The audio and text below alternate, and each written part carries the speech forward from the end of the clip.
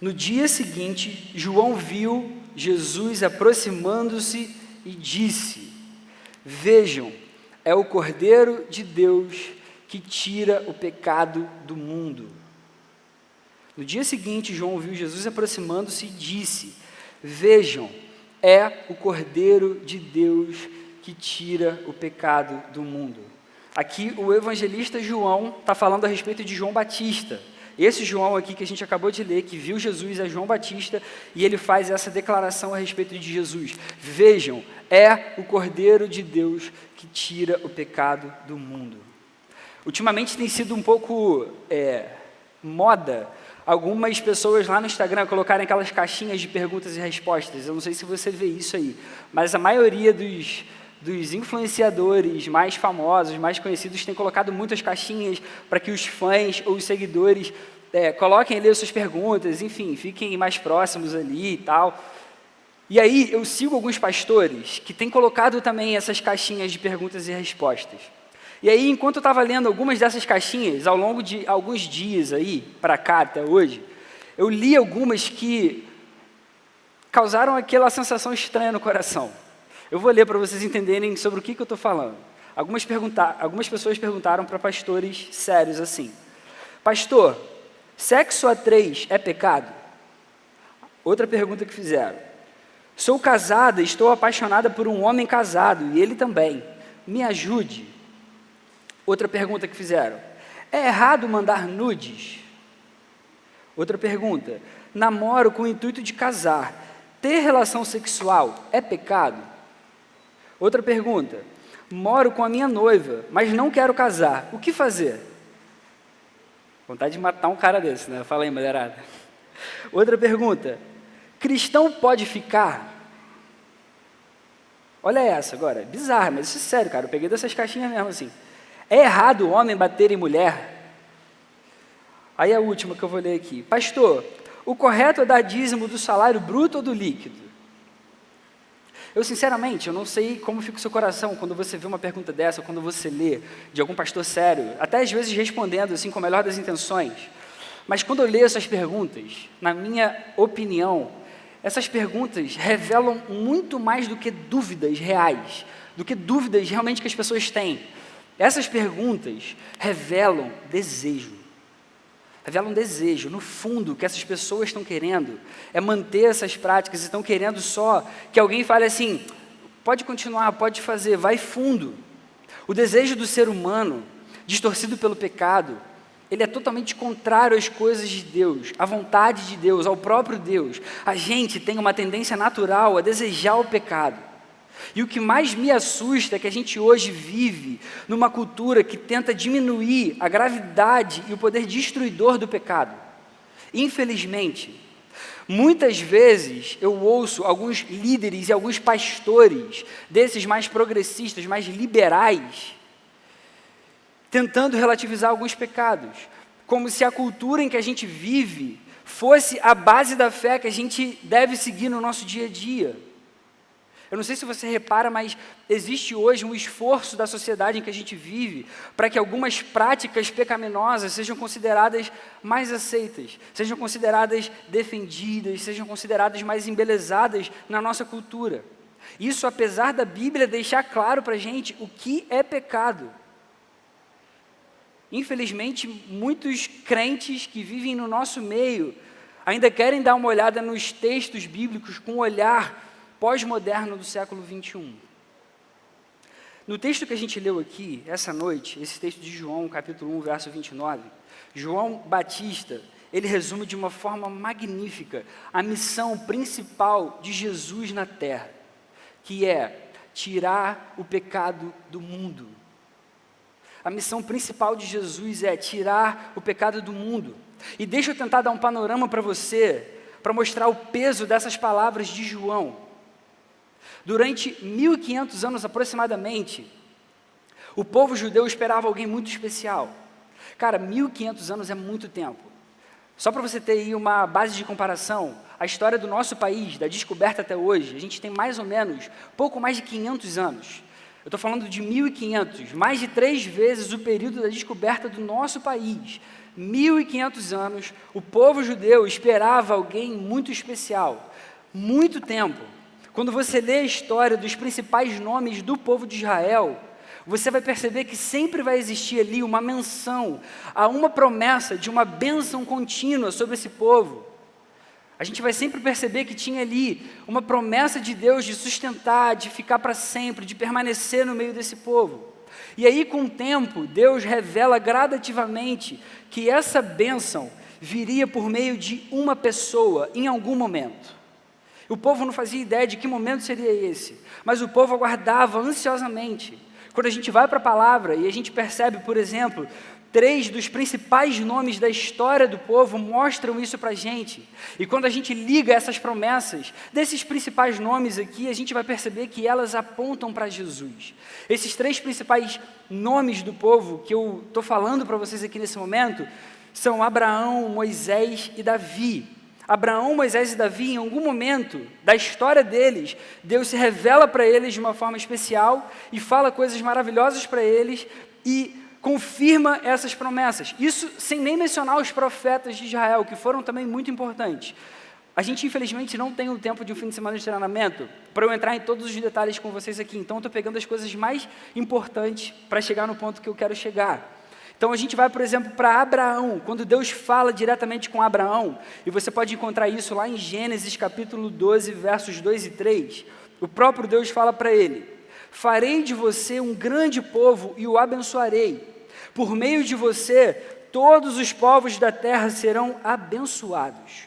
E aí, um pouco depois, na vida ainda de Abraão, quando Abraão obedece ao Senhor, entregando Isaque nas mãos de Deus, só que ele sendo ali parado pelo próprio Deus, lá em Gênesis capítulo 22, versos 15 ao 18, o próprio Deus fala o seguinte para Abraão: o anjo do Senhor chamou do céu Abraão e disse, e esse anjo do Senhor está com A maiúsculo, então isso aqui é uma personificação de Jesus lá no Antigo Testamento, e ele diz assim para Abraão: juro por mim mesmo, que por ter feito o que fez, por ter entregado o seu filho, por ter confiado em mim, por meio da sua descendência, todos os povos da terra serão abençoados, porque você me obedeceu. Depois que passa esse tempo todo, e a gente já vem para o Novo Testamento, depois que Jesus se entrega, morre por nós, sobe aos céus, a gente vai ver lá no livro de Atos que Pedro vai fazer uma pregação, logo depois que aquele aleijado é curado na porta do templo, e no meio dessa pregação, ele vai fazer uma menção a essa promessa lá para Abraão, e você pode encontrar isso em Atos capítulo 3, versos 25 e 26, aí é Pedro já falando: Deus disse a Abraão, por meio da sua descendência, todos os povos da terra serão abençoados, e tendo Deus ressuscitado seu servo Jesus, enviou primeiramente a vocês para abençoá-los. Pedro aqui está ligando Jesus a essa promessa que foi feita para Abraão lá atrás, quando fala que da descendência dele todos os povos da terra seriam abençoados. Jesus já estava sendo anunciado lá atrás e Pedro agora confirma que essa descendência lá de trás é Jesus. E depois você vai poder ver Paulo falando a mesma coisa e confirmando lá em Romanos 4, em Romanos 9 e em Gálatas 3. Eu queria muito abrir esses textos todos para ir mostrando, para a gente ir conversando, mas a gente não tem esse tempo todo. Aí agora a gente vai para Moisés, um outro nome importantíssimo da história de Israel. E a gente vai ver que numa dessas profecias dadas por Moisés, e essa é uma das principais que falam a respeito do Messias, você vai encontrar em Deuteronômio, capítulo 18, versos 15 e verso 18. O Senhor, o seu Deus, levantará do meio dos seus próprios irmãos um profeta como eu, ouçam-no. Em Deuteronômio, a gente já falou isso recentemente aqui num domingo, o povo estava prestes a entrar na Terra Prometida, já era uma nova geração, essa geração tinha sido renovada, enquanto a geração antiga que não tinha confiado em Deus tinha morrido no meio do deserto. Moisés chama todo mundo e relembra toda a lei. Nesse meio em que ele relembra toda a lei, ele vai dizer isso que a gente acabou de ler. Olha só, em algum momento o Senhor, o seu Deus, vai levantar do meio dos seus próprios irmãos um profeta como eu, ouçam-no. E depois ele vai dizer, levantarei do meio dos seus irmãos um profeta como você. Aí é Deus falando para Moisés, porei as minhas palavras na sua boca, e ele lhes dirá tudo o que eu lhe ordenar. Aí Pedro, aqui em Atos também, agora no Novo Testamento, ele vai confirmar que essa promessa aqui, esse profeta seria também Jesus. Na mesma pregação, de Pedro ali, depois da cura do aleijado, na porta do templo, naquela porta chamada Formosa. Você pode encontrar isso em Atos, capítulo 3, verso 18 e 22. Pedro vai dizer para aquelas pessoas: foi assim que Deus cumpriu o que tinha predito por todos os profetas, dizendo que o seu Cristo haveria de sofrer. Pois disse Moisés: o Senhor Deus lhes levantará dentre seus irmãos um profeta como eu, ouçam-no em tudo que ele lhes disser. Pedro aqui, mais uma vez, agora está confirmando agora que aquela promessa feita a Moisés, ele estava falando a respeito de Jesus. Aí a gente vai para Davi, um outro nome importantíssimo na história do povo de Israel. 2 Samuel, capítulo 7, verso 16. O próprio Deus, o Senhor, Jeová, falando para Davi: quanto a você, sua dinastia e seu reino permanecerão para sempre diante de mim. O seu trono será estabelecido para sempre. Aí no Novo Testamento, Paulo, em Romanos, em 2 Timóteo 2, vai confirmar que isso aqui estava se referindo a Jesus. E o próprio Jesus, em Apocalipse 22, vai dizer a mesma coisa. O próprio Jesus e o apóstolo Paulo vão dizer que essa permanência eterna do trono de Davi, essa descendência que viria dele, se referiam a Jesus. Por todas as gerações desse povo, especialmente à medida que Deus se revelava e confirmava as suas promessas, mais e mais o povo esperava que a nação de Israel crescesse em poderio, crescesse em prosperidade, em número, e eles esperavam por alguém muito especial. Só que com o tempo, o que a gente vai ver que não é exatamente assim que vai acontecer com o povo de Israel, porque Israel vai continuar infiel a Deus, vai continuar mantendo as suas práticas idolátricas pecaminosas, e aí Deus vai enviar o juízo, vai mandar o povo para o exílio, mas vai ter ali um remanescente fiel, que vai continuar esperando por esse alguém, que cumpriria a promessa de fazer de Israel um grande povo. Por que eu estou falando tudo isso aqui para você até agora? Porque eu quero que você imagine comigo, há quanto tempo o povo de Israel está esperando por essa pessoa tão especial, que nesse momento seria agora quem restauraria o povo, quem restauraria a nação. E com o tempo, vários profetas também, ao longo da história, no meio do povo, foram complementando essa promessa. Então você vai ver nas profecias que, na complementação dessas promessas, ele vai dizer que seria alguém que viria de Belém, seria alguém que nasceria de uma virgem, seria alguém que viria da linhagem de Davi, seria alguém que faria maravilhas no meio do povo. Você consegue agora pensar o que se passava no coração desses judeus, que ainda tinham todas essas promessas no coração, que se mantiveram fiéis, e agora essas promessas estavam se cumprindo nessa pessoa que se chama Jesus, que a gente está começando a conhecer, está começando a ver com os nossos próprios olhos.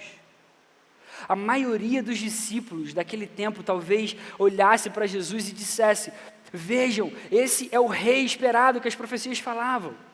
Outros talvez dissessem: vejam, esse é o profeta que a gente aguardava por tanto tempo. Talvez alguns dissessem: vejam, esse é o ungido de Deus, o Messias tão aguardado. Mas quando João Batista vê essa pessoa, e Deus revela para esse João Batista que ele era o Messias, o que João Batista vai dizer? Vejam, é o Cordeiro de Deus que tira o pecado do mundo. Esse é o Cordeiro de Deus que tira o pecado do mundo. Vocês estão entendendo o que está acontecendo aqui? Aquela pessoa tão aguardada pelo povo durante tanto tempo, que seria a principal esperança de todas as gerações, em toda a história do povo, é reconhecida agora pelo principal nome sobre quem as profecias falavam que prepararia o caminho, João Batista, como Cordeiro de Deus que tira o pecado do mundo. Sabe qual é a lição que esse texto ensina para a gente? Que a maior missão de Jesus é perdoar e nos afastar dos nossos pecados.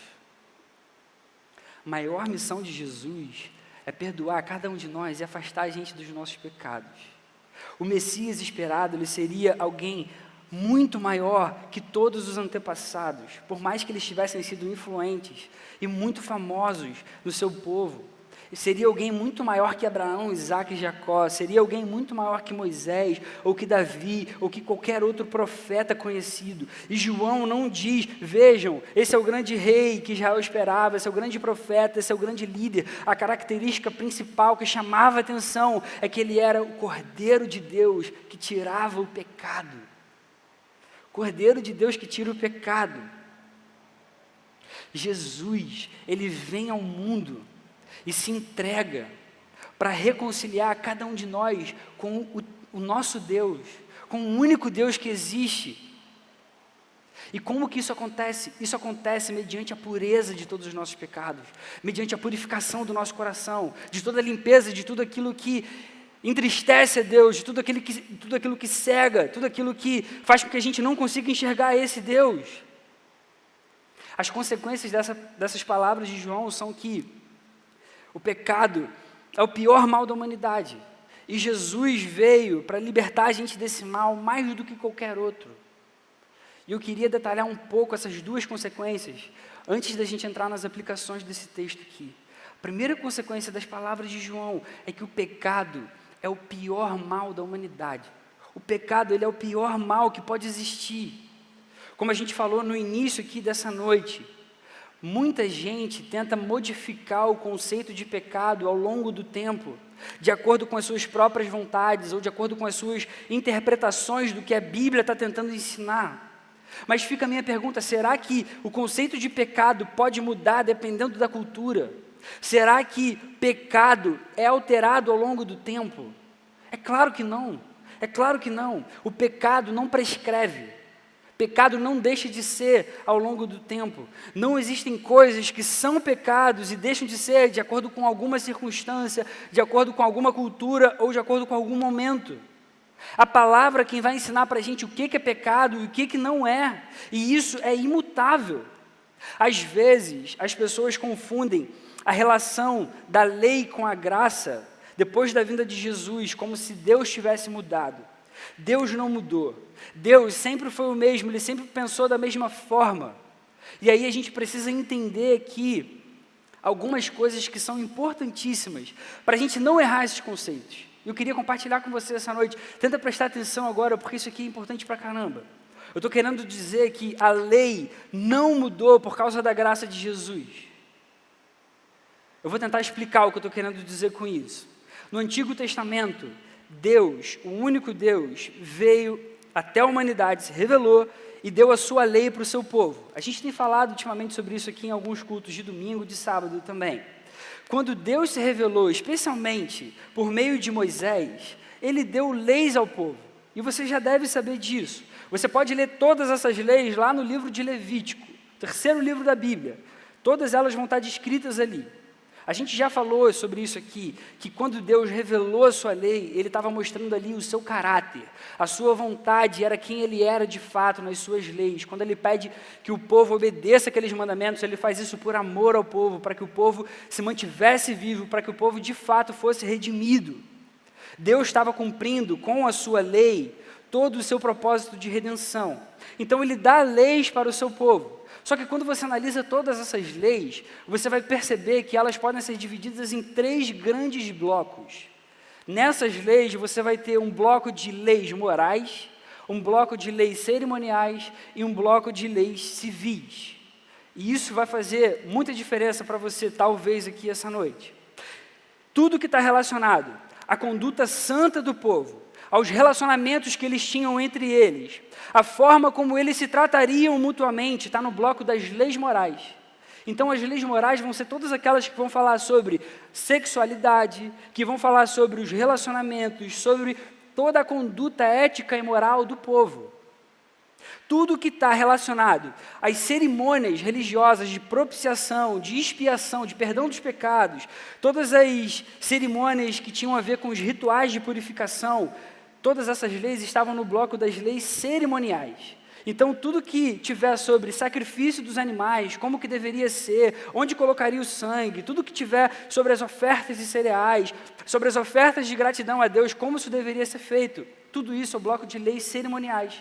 E tem o terceiro bloco, tudo que estava relacionado às legislações civis da nação de Israel, as penas legais, as penas retributivas que eles tinham que aplicar no meio do povo quando alguém cometia alguma infração. Isso está no bloco das leis civis.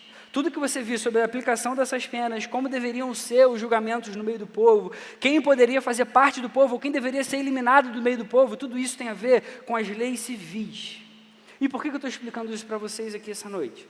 Depois da vinda de Jesus e depois da inauguração da nova aliança que ele faz no seu próprio corpo, no seu próprio sangue, as leis cerimoniais e civis já não vão se aplicar mais, mas todas as leis morais vão continuar como elas estavam. Por quê? Porque em Jesus, na sua morte e ressurreição, ele cumpre perfeitamente, em primeiro lugar, todas as exigências das leis cerimoniais. Como Jesus foi o próprio sacrifício, ele foi um sacrifício perfeito, único, suficiente para todos aqueles que viessem a crer no seu nome. Agora não existe mais necessidade de sacrifícios substitutivos. Quando eu e você pecamos, a gente não traz um animalzinho até aqui para a gente matar esse animalzinho, para ele morrer no lugar da nossa falha, do nosso pecado. Jesus foi um sacrifício único, suficiente por todos nós. Ele bastou de uma vez por todas. Sobre as leis civis, a partir do momento que Jesus morre pelos eleitos, Deus agora ele não redime mais uma nação, ele agora redime a sua igreja. Agora o projeto de Deus, em sua plenitude, com a vinda de Jesus, é criar agora um povo, não mais com as características de nação, uma nação institucionalizada, com legislação própria, com economia própria, com cultura própria. Agora a ideia é formar a igreja de Jesus, a igreja em que ele reina, em que ele governa. E nesse reino, existe gente de toda língua, de toda nação, de todo povo, desde que creiam em Jesus. O povo de Deus agora é a igreja de todos aqueles que creem realmente em Jesus. Então não há mais necessidade de leis civis. E as leis morais? Todas elas continuam. O que era pecado no Antigo Testamento continua sendo pecado hoje. Da mesma forma que está lá escrito. A graça de Jesus não anula, de forma alguma, a gravidade de nenhum pecado. A graça simplesmente perdoa quando a gente reconhece e quando a gente se arrepende de verdade. O pecado sempre foi e continua sendo o pior mal da humanidade. A doutrina do pecado vai ensinar que pecado é qualquer falta de conformidade com a lei de Deus ou qualquer transgressão dessa lei. E hoje o que vale para a gente são as leis morais. Pecado é desvio, pecado é quando a gente faz tudo aquilo que desagrada a Deus, tudo que a gente faz que é contrário ao que Deus deseja. Pecado não é o que a gente acha que é errado, de acordo com as nossas métricas de moral e ética que são totalmente distorcidas. Pecado é o que Deus acha que é errado diante da sua santidade, diante da sua pureza. E aí, quando a gente vai para a palavra, a gente vai perceber que ela ensina para a gente o que está em Romanos 3:23. Pois todos pecaram e estão destituídos, estão separados da glória de Deus, da presença de Deus. O texto ensina para a gente, todos pecaram e estão separados da presença de Deus. A pior coisa que o pecado pode fazer na vida de um ser humano é afastar a gente da presença de Deus. Deus é criador, Ele é o dono de todas as coisas. Ele criou a gente para que a gente vivesse de forma perfeita e plena na sua presença. A partir do momento que a gente peca, a gente perde essa relação perfeita que faz com que a gente tenha vida de verdade, que faz com que a gente tenha sentido de verdade.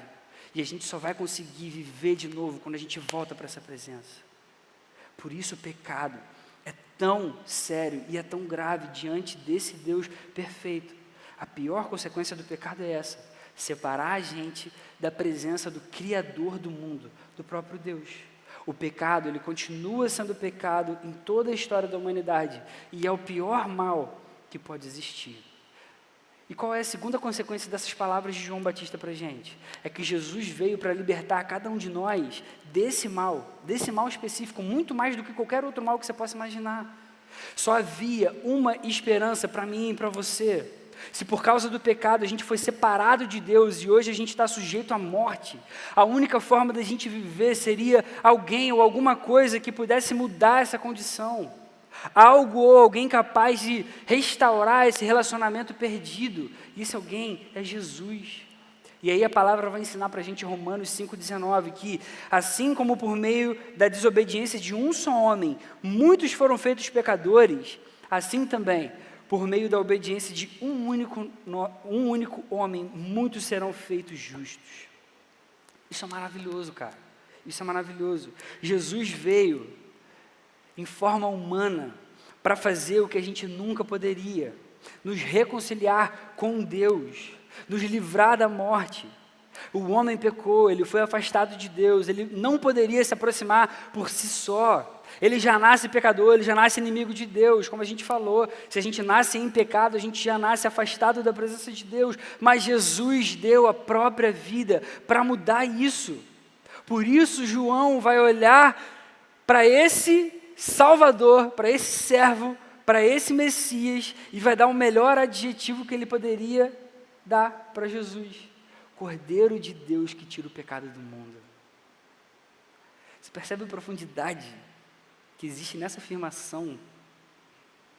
Cordeiro de Deus que tira o pecado do mundo, Cordeiro de Deus que resolve o problema da humanidade, é o Cordeiro de Deus que resolveu a pior coisa que aconteceu na minha vida e na sua vida.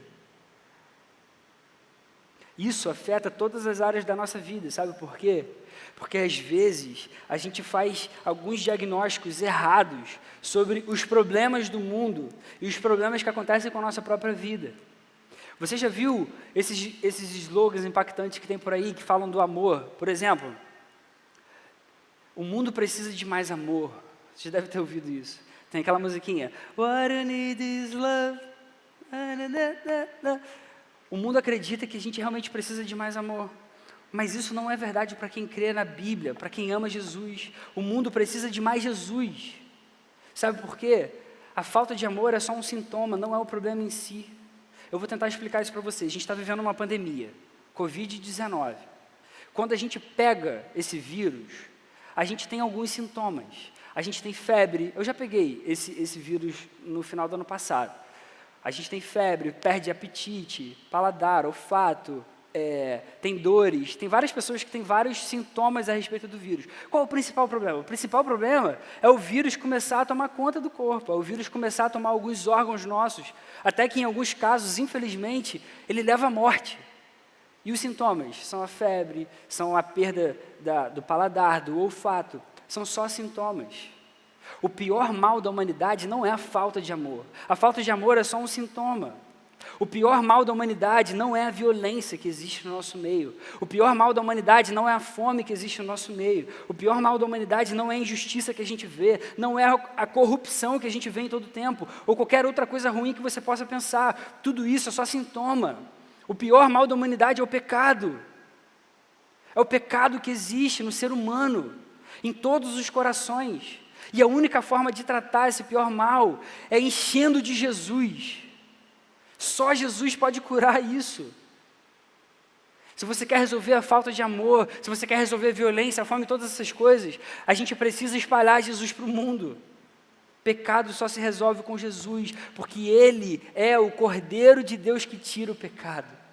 Ele é o Cordeiro de Deus que tira o pecado. E quando o pecado é tirado, todas as coisas voltam a ser como elas sempre deveriam ter sido, desde a criação. Por isso Jesus é tão maravilhoso, por isso a palavra é tão maravilhosa, e por isso que a gente leu essa noite é muito mais profundo do que a gente possa imaginar. Jesus veio para libertar a gente desse mal mais do que de qualquer outro, o mal do pecado. E aí como que a gente aplica isso para o nosso coração? Eu queria trazer 3 aplicações para a gente aqui. A primeira delas, a gente precisa lutar contra o pecado com todas as nossas forças, com todos os nossos recursos, com tudo que a gente tiver. Lute com tudo que você tiver contra o pecado. Como a gente falou aqui agora há pouco, o pecado continua sendo pecado. Ele não muda ao longo do tempo. As pessoas só precisam fazer uma interpretação honesta da Bíblia, na boa. É isso que precisa acontecer. E se pecado continua sendo pecado, se Jesus veio principalmente para tirar o pecado do mundo, não faz sentido manter nenhuma prática pecaminosa que aprisione a nossa vida e afaste a gente de Deus. Se hoje conhecendo Jesus, crendo na sua salvação, a gente mantém qualquer pecado, isso significa que a gente ainda não entendeu a gravidade do que é pecado. A gente precisa lutar contra qualquer pecado com tudo que a gente tem. E aqui eu preciso deixar muito claro que a ideia não é que a gente seja legalista, não. Não é porque a gente tem que lutar por uma vida perfeita, isso nunca vai acontecer. Mas lutar contra o pecado significa que a gente entendeu que o nosso Salvador veio ao mundo e ele foi para uma cruz. E se a gente entende por que ele fez isso, a gente não vai tratar o pecado como uma coisa banal. Você sabe quais são as suas fraquezas. Você sabe quais são os pontos em que você falha e que você gostaria de acertar. Aí fica uma pergunta para você refletir nesse momento aí. Você ainda tem caído em algum pecado específico com muita frequência? Por que essas fraquezas ainda estão dominando alguma área da sua vida? E aí uma pergunta para você pensar e tentar tomar uma decisão, cara. Você já procurou alguma ajuda pastoral? Ou alguma ajuda de alguém que está caminhando com você na fé? Se você ainda não fez isso, faça isso quanto antes. Quando a gente olha para a nossa vida de forma sincera, muitas vezes o que a gente percebe é que a gente não quer mudar essas práticas.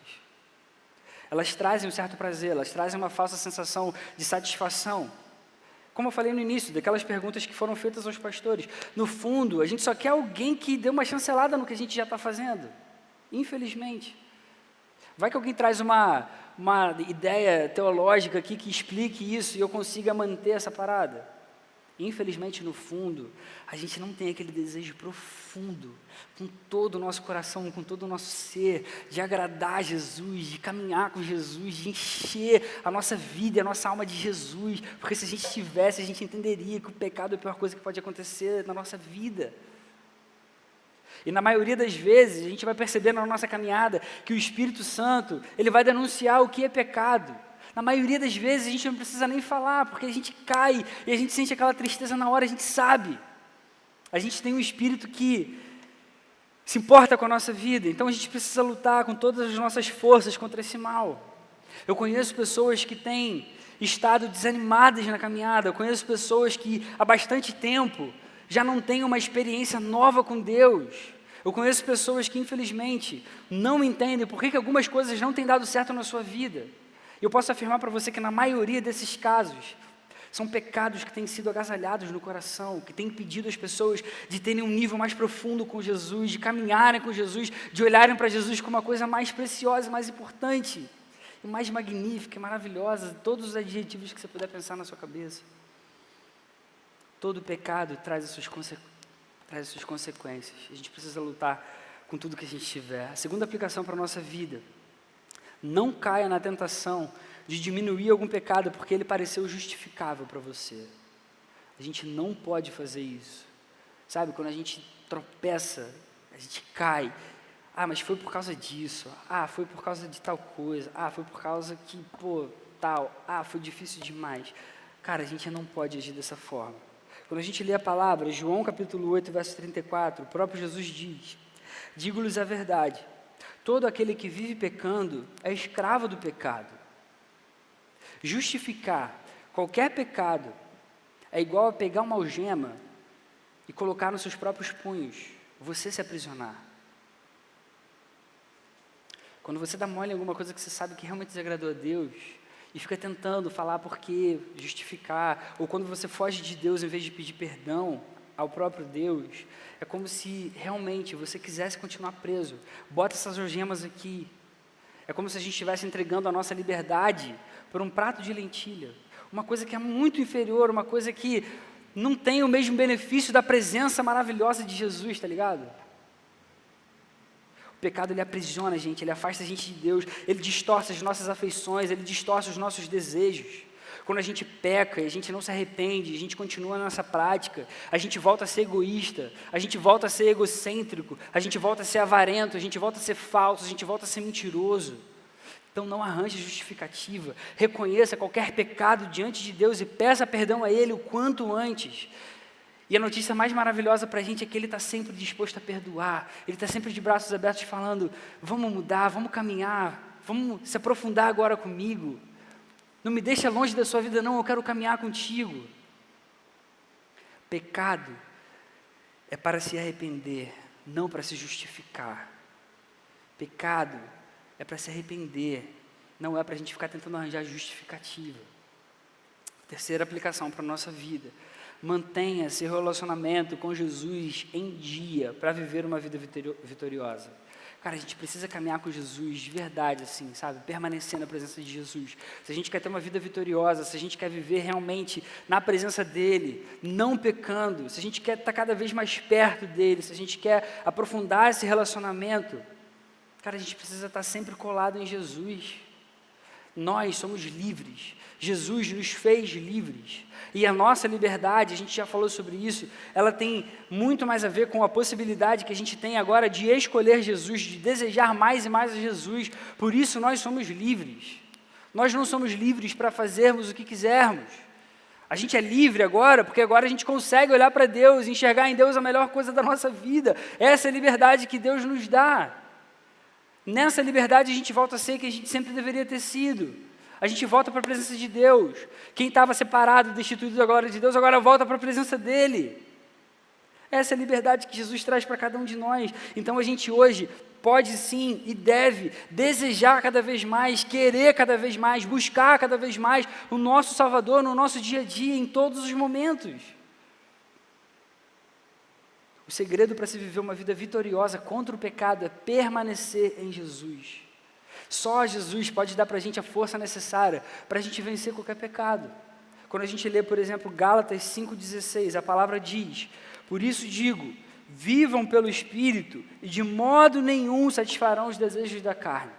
Vivam pelo Espírito, de modo nenhum satisfarão os desejos da carne. Essa é a forma da gente conseguir vencer todos os pecados. Quanto mais a gente se enche do Espírito, quanto mais a gente se coloca na sua presença, quanto mais a gente busca essa palavra maravilhosa para a nossa vida, quanto mais a gente ora, quanto mais a gente se dedica, quanto mais a gente pensa em Jesus, quanto mais a gente deseja viver na presença dEle, mais a gente vai se encher do Espírito. E se a gente estiver cheio do Espírito, de modo nenhum a gente vai satisfazer os desejos da carne. Se a gente estiver cheio do Espírito, a gente nem vai sentir vontade. É só assim que se vence, cara. É só assim que se vence pecado. Encham-se do Espírito, de modo nenhum satisfarão os desejos da carne. É claro que se a gente não estiver buscando a Jesus, se a gente não estiver vivendo na sua presença, vai vir uma tentação, eu vou cair na primeira tentativa, isso é óbvio. E aí a gente pensa, pô, mas eu estou tão fraco. É claro. Porque a gente tem que se encher do Espírito, porque a gente tem que se fortalecer. O problema é que a gente está totalmente desbalanceado. A gente está enchendo a nossa vida de um monte de coisa totalmente irrelevante. A gente está enchendo de trabalho, a gente está enchendo de série, a gente está enchendo de programa que a gente gosta na televisão, a gente está enchendo de internet, a gente está enchendo de Instagram, de TikTok, de Facebook, de qualquer outra coisa. E aí a gente dá 30 minutos para Jesus e acha, pô, fiz minha devocional, estou bem. Claro que a gente não vai vencer pecado nenhum.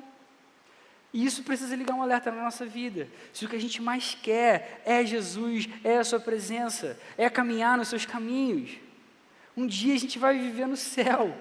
Um dia a gente vai passar a eternidade com esse Salvador. Por que a gente está perdendo tanto tempo com outras coisas? Eu quero concluir dizendo, sim, é pecado ainda pecar. Respondendo a pergunta que foi feita no início aqui, título dessa mensagem aqui.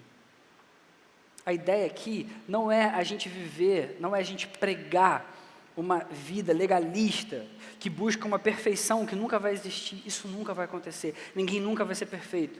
Infelizmente, a gente ainda vai ter, sim, quedas eventuais. E a gente espera que sejam realmente eventuais. A ideia de tudo isso que está sendo falado aqui essa noite é a gente entender que o nosso Salvador foi para uma cruz. O nosso Salvador deu a vida dele numa cruz. E ele não fez isso para que a gente hoje viva de qualquer jeito. Sacou? Essa é a ideia. Ele deu a própria vida para que a gente hoje viva uma vida santa. Uma vida santa não é uma vida certinha, não. Uma vida santa é uma vida separada. É uma vida dedicada a Jesus. É uma vida que se entrega para Jesus. Isso é vida santa. Por isso que Jesus deu a própria vida, por isso ele é o Cordeiro de Deus que tira o pecado. E isso vai ensinar para a gente que a principal característica de alguém que ama Jesus não é perfeição moral. A gente nunca vai conseguir ser perfeito, a gente nunca vai conseguir acertar sempre. A característica de quem ama Jesus é o arrependimento sincero, é o desejo lá do fundo do coração de querer agradar a Jesus, de querer viver com Jesus, de querer amar Jesus, de querer mais Jesus em todo o tempo, enquanto a gente vive nesse mundo. Eu e você não temos o direito de mudar o que desagrada o coração de Deus, Ele que é o Criador. Desde sempre Ele tem a sua vontade, de eternidade a eternidade.